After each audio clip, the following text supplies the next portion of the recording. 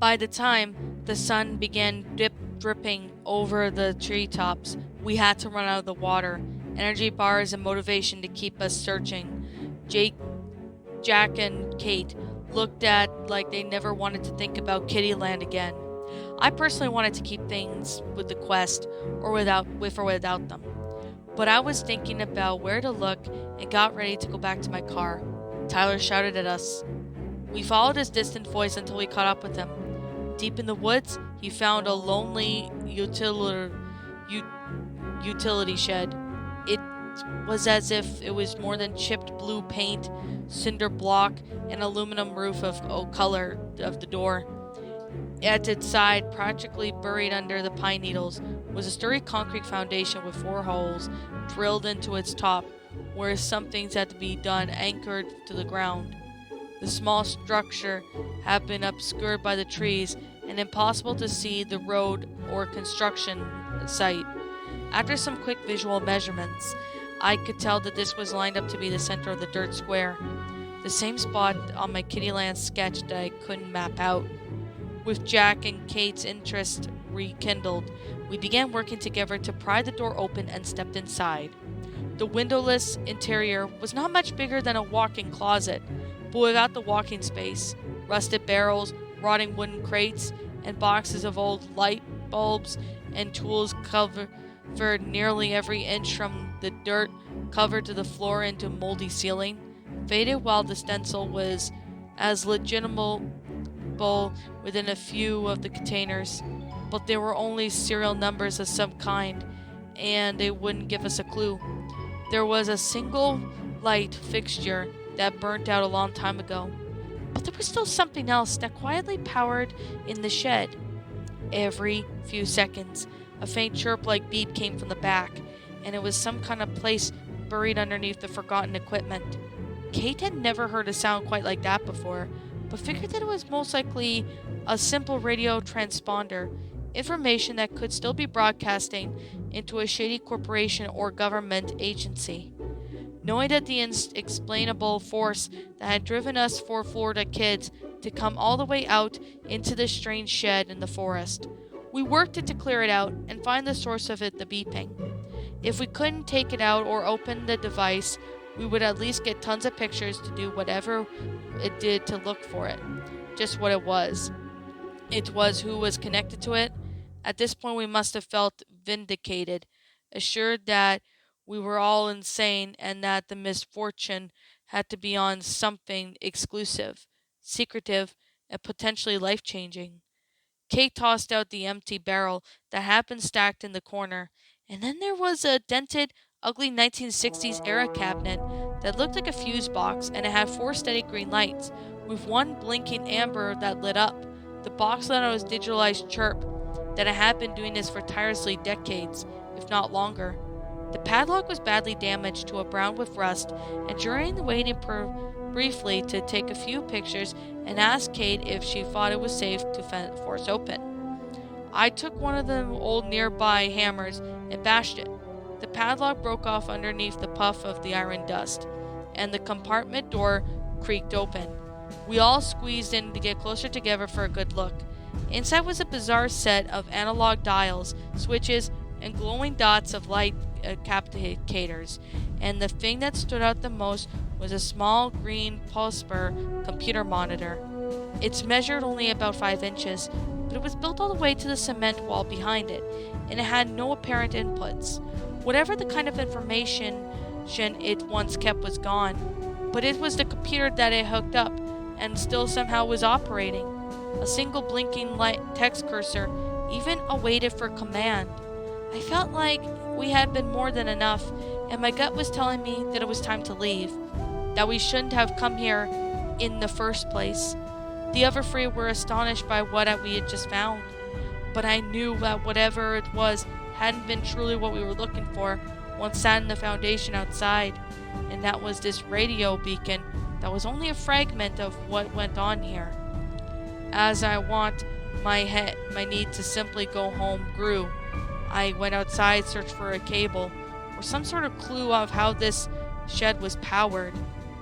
The others were too enamored by the antique tech inside. Both Kate and Jack were studying the box transmitter and already arguing about their origin. I couldn't explain it, but I was starting to feel a little deep, primal fear similar to what I had experienced moments after the accident.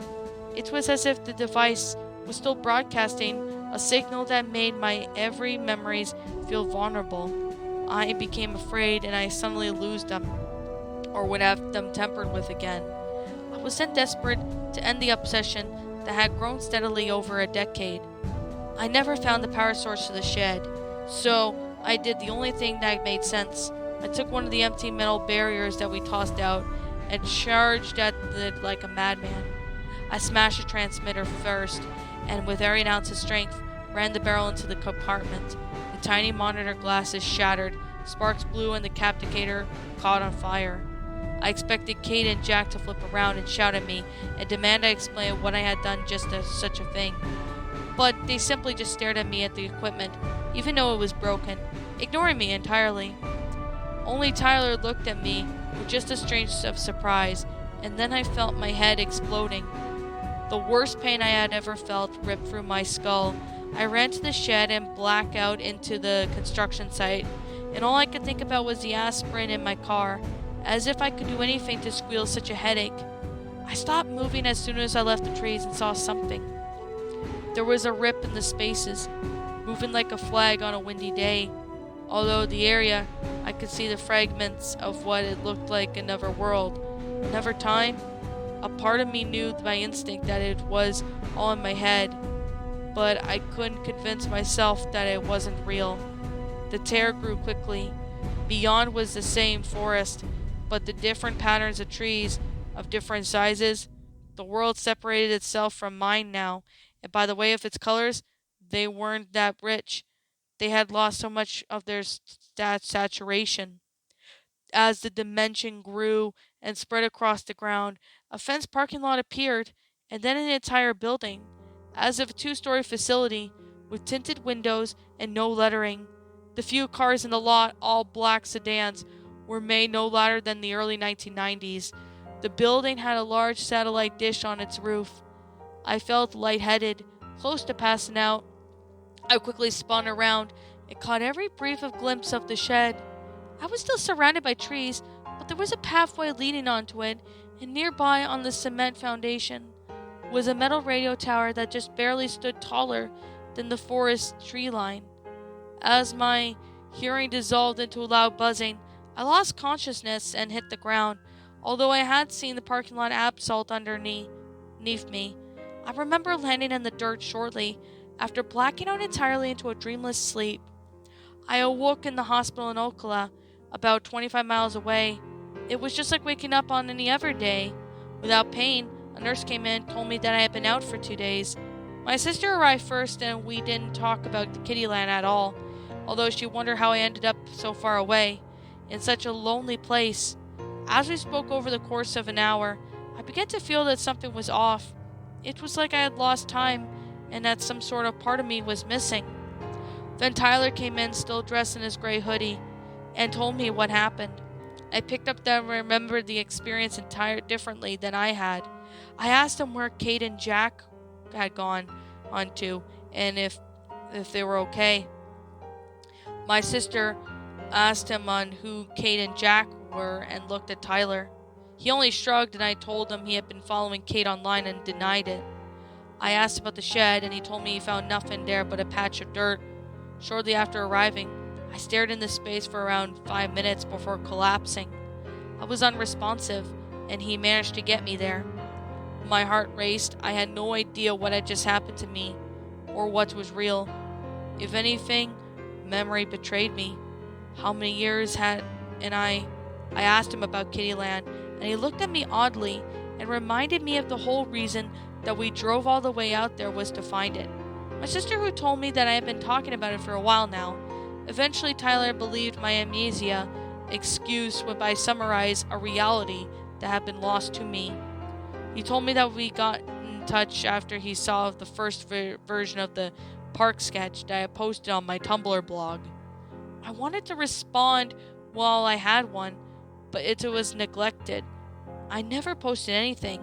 My best, of course, action was to listen and accept, since I was the only one in the hospital bed.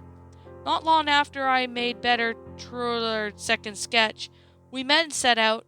We still took a plane, although it was just the two of us. My credit card bill confirmed this.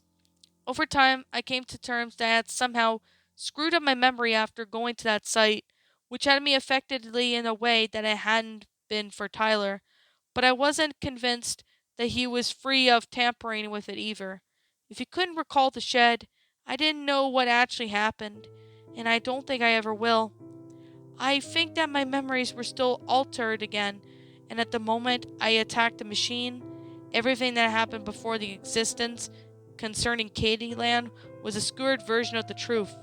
Some of it was real, some of it was fictionalized, in a way that made me believe that I came across a site in a different manner. But regardless of what knotted and mangled in the version of my personal history now existed in my head, something didn't add up.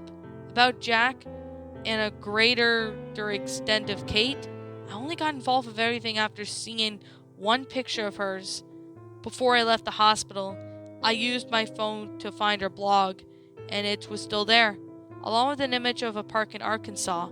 I knew Jack was real too, only I had never spoken to him, and I had never contacted Kate either.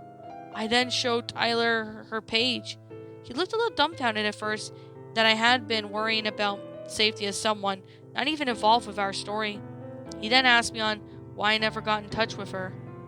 As I checked out, my mind was very busy of some sort, trying to go through what might have happened and what was translated into a subtly changed reality that helped me guide into what's somewhat of a big existential self-fulfilling prophecy. Maybe some invisible third party led me to that shed. Without my memories intact, it's impossible to explain everything. Before I parted ways with Tyler, he pulled me aside and sat my sister in the car, waiting for me in the driver's seat. He shared something that made the Kittyland saga even more confusing and foreboding. He stared at me in the way he did earlier, because he remembered me from his dream.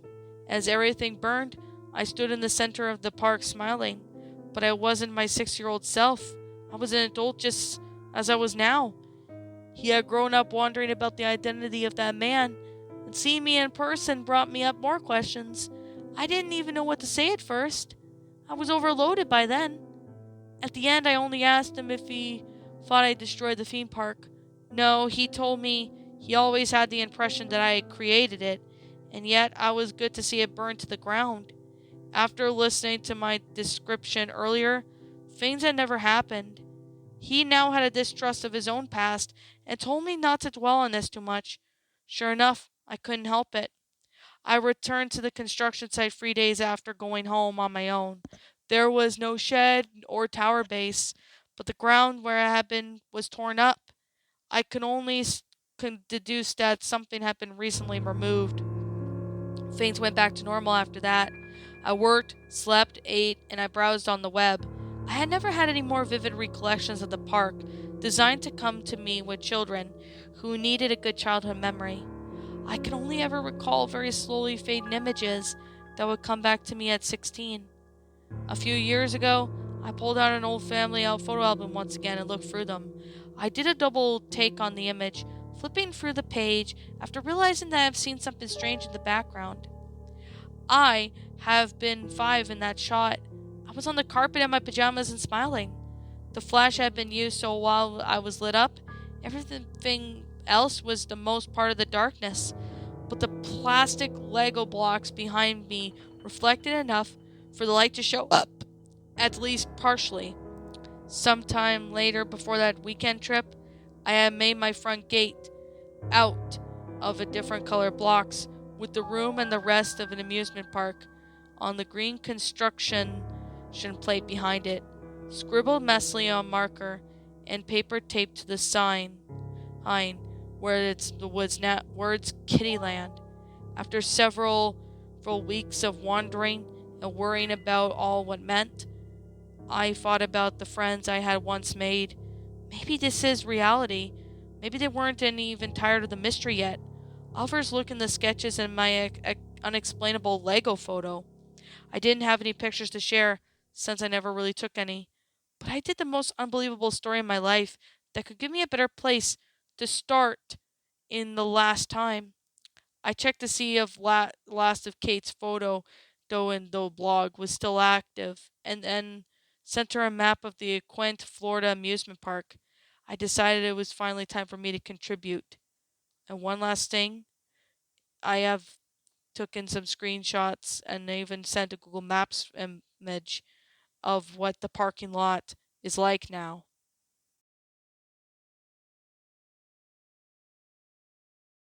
Well, my pretties, that was story 2 of the Cold Relics series called Kiddie Land, a creepypasta written by I Digigekko. I think that's how you pronounce it. The same person I did the same author I narrated the first story.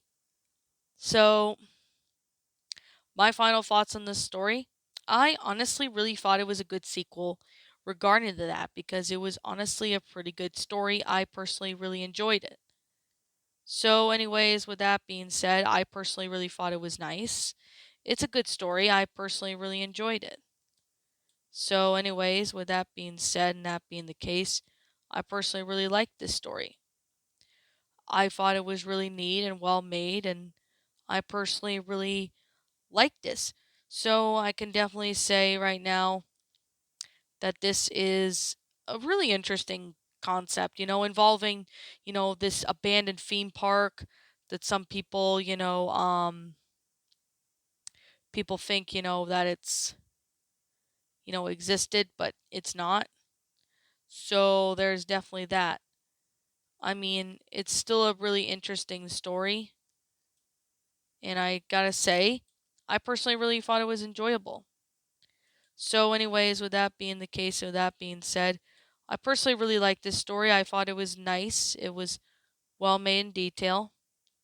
And I really gotta say, when I first read it, the sentence structure was pretty good as well as the grammar and stuff, so it was pretty neat. So, I guess with that being the case and with that being said, I don't have anything that I did not like about this story, but I have to say that this one is definitely a really fun story. I mean, I recommend you guys read this story. It's part of the Cold Relics series, so I'll leave a link in description down below for this story in case you guys want to go check it out if you want to.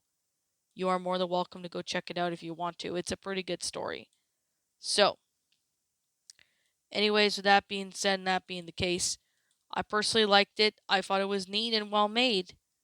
So, anyways, with that being said and that being the case, yeah. While this story is pretty interesting about people trying to find a theme park that doesn't exist, I personally thought it was really neat and well made. So I personally really have to say it's a really good, well made story. So, with that being the case and with that being said, I personally really thought it was enjoyable, and I still recommend you guys take a look at this story if you haven't. Yeah, it's part of the Cold Relics series, which I thought it was nice and well made. So I can definitely say that right now that it's still a pretty good series. I mean, yeah, this one was pretty awesome. I personally like this. So I can't say anything of what I did not like about this story, but it's definitely one story I really highly recommend you guys check out if you haven't. You guys will not be disappointed once you see it. So, with that being the case and with that being said, I'm going to sit here and just say right now that this is just simply my own personal opinion, and if you disagree with me, that's perfectly fine too. We're all entitled to our own opinions regards to these creepypastas. This is just simply my own personal thoughts. I give this story a 10 out of 10. It's a well made, fantastic story. I personally liked it. I thought it was enjoyable. And it still is enjoyable in my eyes. I personally liked it. So, anyways, with that being said, and that being the case, what did you guys personally think of this story? Did you enjoy it? Did you not? Also, what we have done personally to help make this story a lot better. Feel free to let me know what you guys think in the comments below. I'm the Lion Queen. I want to thank you so much for watching today's video, and I hope you all enjoyed this video. And if you did, be sure to leave a like, comment, and subscribe if you're new. Ring the bell for notifications to when I upload, so that way you guys will not miss an upload. And as always, if you are interested in following my DeviantArt page as well as my Twitter account, links to those will be in the About page section of my channel, so you guys can go check that out. Also, if you're interested in subscribing to my backup channel known as Miss Dark Shigo, link to that will also be in the About page section of this channel, so you guys can go and check it out. So, yeah, as always, if I'm missing anything, let me know what it is in the comments below, and I'll be catching you guys all in the next video. Peace out, and like always, please roll the outro because I'm out.